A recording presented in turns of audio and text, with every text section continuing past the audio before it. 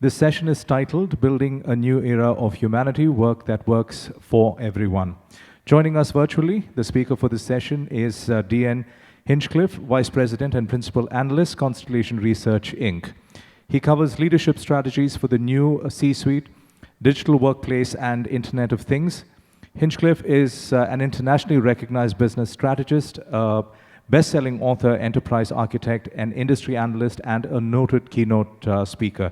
He's widely regarded as one of the most influential figures in digital strategy, the future of work, and enterprise IT. It's a pleasure to have him join us on this last session of the day. Please put your hands together and give him a warm welcome. Over to you, Dion. Thanks, Justin. Great to be here. My name is Diane Hinchcliffe, VP and Principal Analyst with Constellation Research. We're a boutique industry analyst firm out of Silicon Valley, and I spend most of my time researching the future of work and how things are changing. And this is a very exciting time the last couple of years, as all of you know, because you've lived through this. Work changed dramatically 2 years ago, and now it's shifting again. And that's what we're really going to talk about today. What does the near-term future of work hold for all of us? And I'll bring my latest research and look at what's happening out there and what you can do, what your organization can do to design a better workplace for us all, wherever that might be. So let's get right into it, and we'll see what the future holds for all of us. So we've gone from this future of remote work where we shifted very quickly, most of us, so that we could work from wherever we needed to work. And now we're going to a place where some of us are going back. In fact, a lot of us, but maybe only about half of us. We'll look at the data. And so this is the title slide.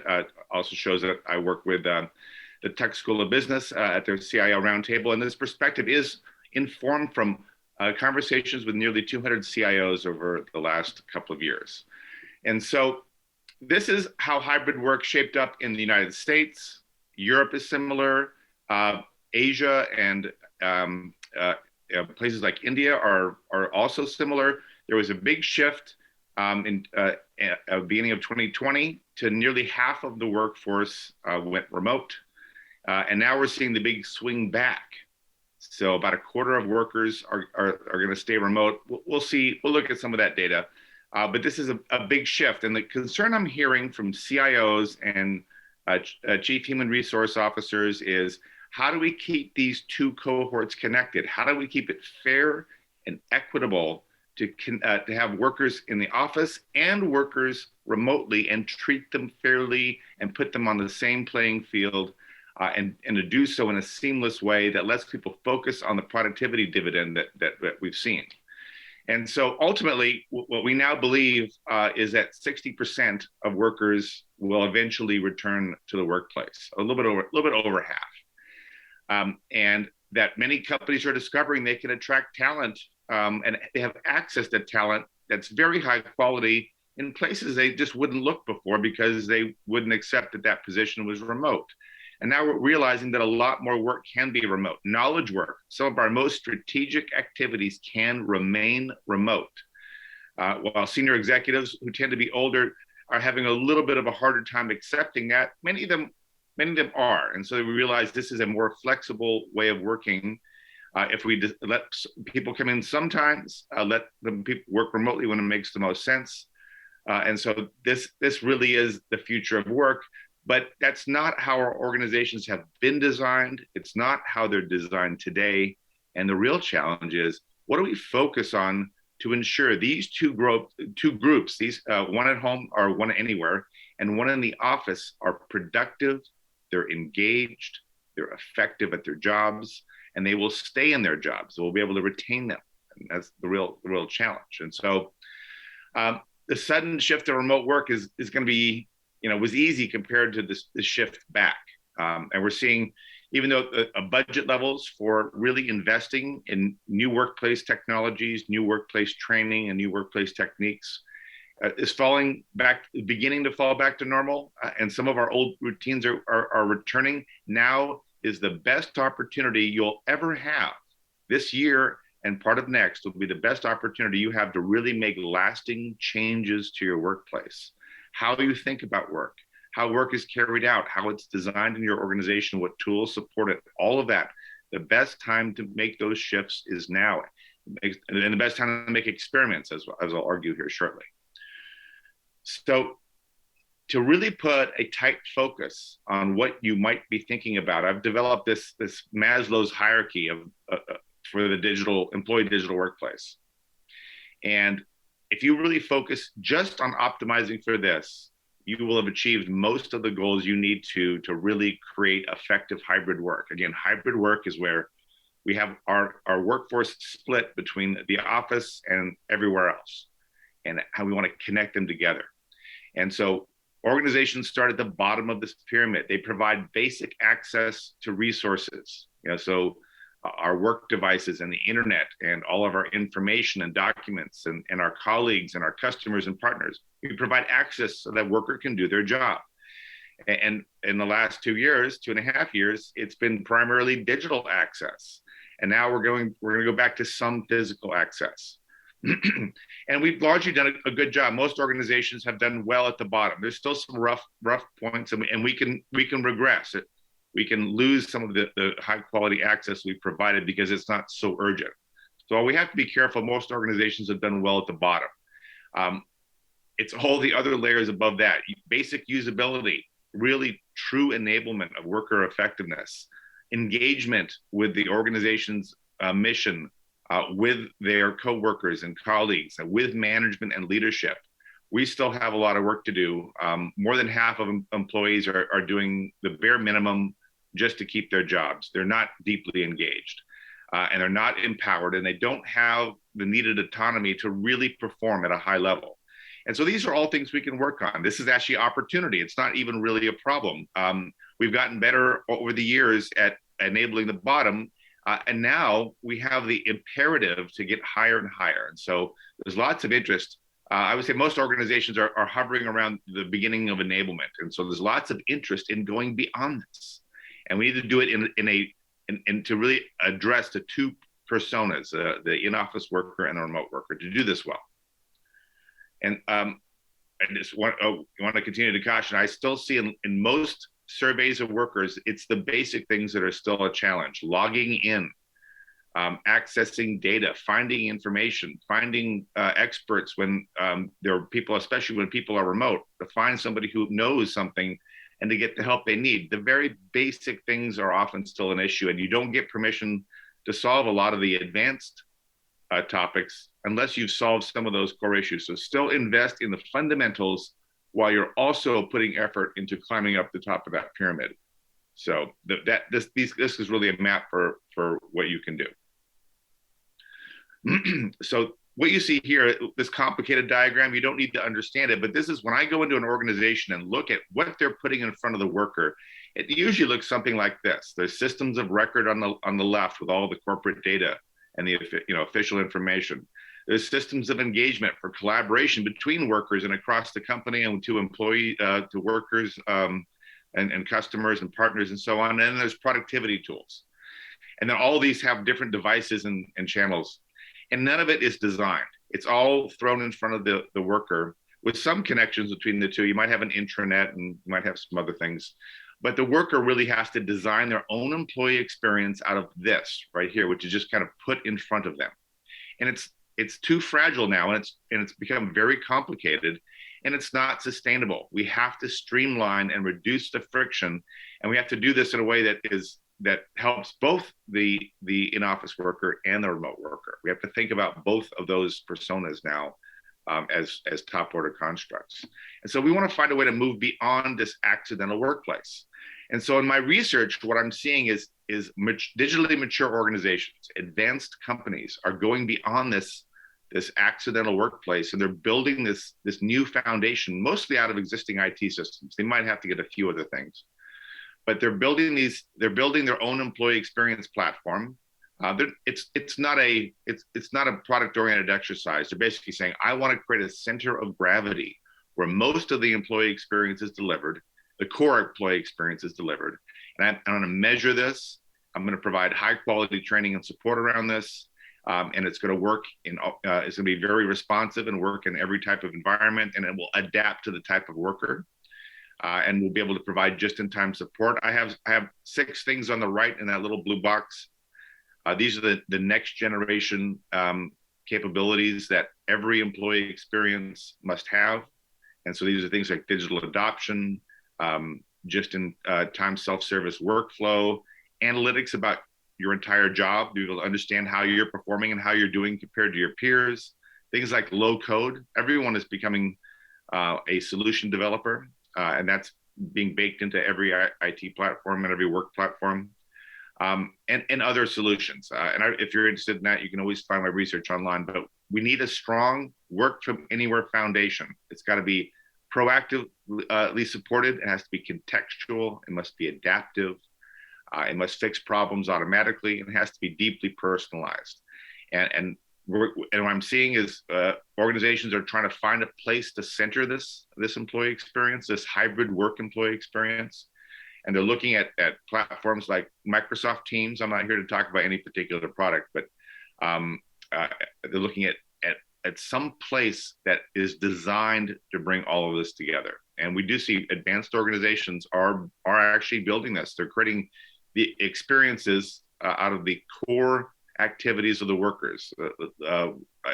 One very large professional services company, one of the biggest in the world, has designed experiences for the 100 most common activities that the worker carries out. And it's designed to be very frictionless, has their best practices baked in. And then this is built on top of their existing IT systems and work systems. So if you were going to ask me what the full strength next generation digital employee experience would be, it looks something like what you see here on the screen. And we don't have time to go over all of this. We don't need to. You can get this deck from the conference organizers. You can find this visual online, but it's that journey. It's the road in the middle that we now have to have a remote version and an in-office version, and they can't often be the same. You can't onboard a worker with the same process in office that you have for the remote worker. The onboarding processes have to be different for each. I've seen this enough now. I've helped enough organizations to understand that clearly. Onboarding has to be a little bit different for the in-office worker, the mostly in-office worker, than it is for the remote worker. And most of these activities have to be a little bit different if we're not going to lose the productivity dividend. I've looked at the productivity data. Remote workers were about 8% more productive on average than they were when they were in the office. And we don't want to lose that dividend. And if this is the justification to put the time and effort into varying the employee experience a little bit where it matters, again, on that pyramid view, so that the remote version works well for the people who are remote and the in-office employee experience works well for the people who are in the office. We have to adapt to them. And again, this is not a 5 or 10 year effort you'll have to go through. It's something you can do over the next year or two. So we have to also shift the culture and the mindset. Our managers and our executives didn't grow up in a world where they had to lead an organization through a Wi-Fi connection. That's a new thing. And so top executives and line workers are least likely to have the mindset to openly collaborate and engage. We have to be more open because we're more siloed now as organizations. Hybrid work is just more siloed because you have a lot of people who are distributed all over the place. And so one of the things we're seeing is effective is teaching network leadership. I have a whole breakdown on what those network leadership skills are and why they make an important difference. But we're leading through networks now. Our organizations have become networks and much less hierarchies. And so we need a way of leading through the network and also literally through the digital network as well. And storytelling, what people are doing in their various silos. We're more distributed now. We have to be bringing it up and saying the things that you were visible before in the office, we have to tell those stories. And then we have to mentor everyone to be much more open and collaborative because we have to overcome those silos of being separated. And that shift requires a culture change and a shift in mindset. And so, again, I like to make things very clear about what you can do today to make all of this work better. And so this is one of my famous diagrams. When we bring people together virtually or in person, there's basically three things we work on. What mode of communication are we going to be involved in? Is it going to be open by default? Is it going to be closed by default? Are we going to have a phone call? Are we going to meet in a meeting room?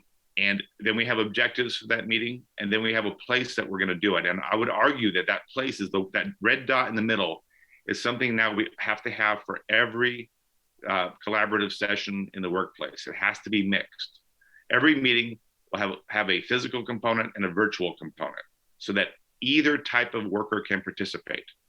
And it's as simple as leaving a Zoom session open for the virtual workers, but a high quality one that doesn't have, where they can talk to everybody who's in that meeting room, and vice versa. If a bunch of remote workers are having a session, they're collaborating, they have to have an easy way to bring in-office workers into that session so not left out. The key issue we're seeing, if I'm looking at the actual analytics, the data, is that there really is a divide between the in-office workers and the remote workers. They don't collaborate as much. They have a strong preference for their mode of working, their venue, right? So the remote workers strongly prefer virtual, and in-office strongly prefer physical. But we have to ensure that all such sessions are mixed whenever possible, and that's the default. And that's actually a fairly simple thing to work on. And you can make your meeting tools support that, and your scheduling and calendaring systems support that. Make sure all meetings are mixed. As simple as that. That can really bring people together and ensure a divide does not form. So if you're looking for some simple prescriptions on what to do, that's one of the best. So here's where we need to get, post pandemic. Now that we're effectively here, COVID is still with us, but we're going back to work. And we need to treat all types of workers. That's contractors, that's temporary workers, that's partners, suppliers, and our own workers, our own full-time workers need to have a journey that's a little bit different for whatever role you have. But your experience platform, which you've pulled together and built out of your existing systems for the most part, needs to be designed to support these a little bit better in remote versions and in-person versions. And we're going to focus a little bit more on wellness and making remote workers put them on the same playing field as in-office workers, and just tools for resilience. When things are harder when you're working outside of the office, we need to provide tools for them. So I think if we do that, if we focus on those things, my research shows that you will be above the average organization if you're focusing on every type of worker, the in-office, the remote worker, and and wellness, inclusion of remote workers, and resilience. Really important shifts for us. So what's next? I'm putting a lot of research and time into looking at what's coming next. And we're not going to go over all of this. We want you to show how much is coming. Over the next 10 decades, you'll see almost every single one of these here. And we see some of these now, like the Universal Work Portal is emerging right now. AI-powered productivity coaches, personal voice assistants, the anywhere workers are already here. But we're going to see even more advanced things. And so we need a strong foundation for hybrid work to get to these. A much more enjoyable future of work is coming, a much more productive work where we really focus on what matters most. We can think about strategy instead of doing the work, because everything's about to get automated. That's the other thing, where we can spend more time learning about the future and getting ready to adapt to it. That is what's coming. But to do that requires that we get our foundation right. So I really urge you to work on that pyramid, to work on those different roles inside your organization. Get ready to tap into some amazing things that are coming, more changes coming in the next 10 years than the last 40. And that's a good thing. Work is going to get much better, but it will be hard if we are not strong, and we haven't built that strong foundation, that work from anywhere, that hybrid foundation that we need to have.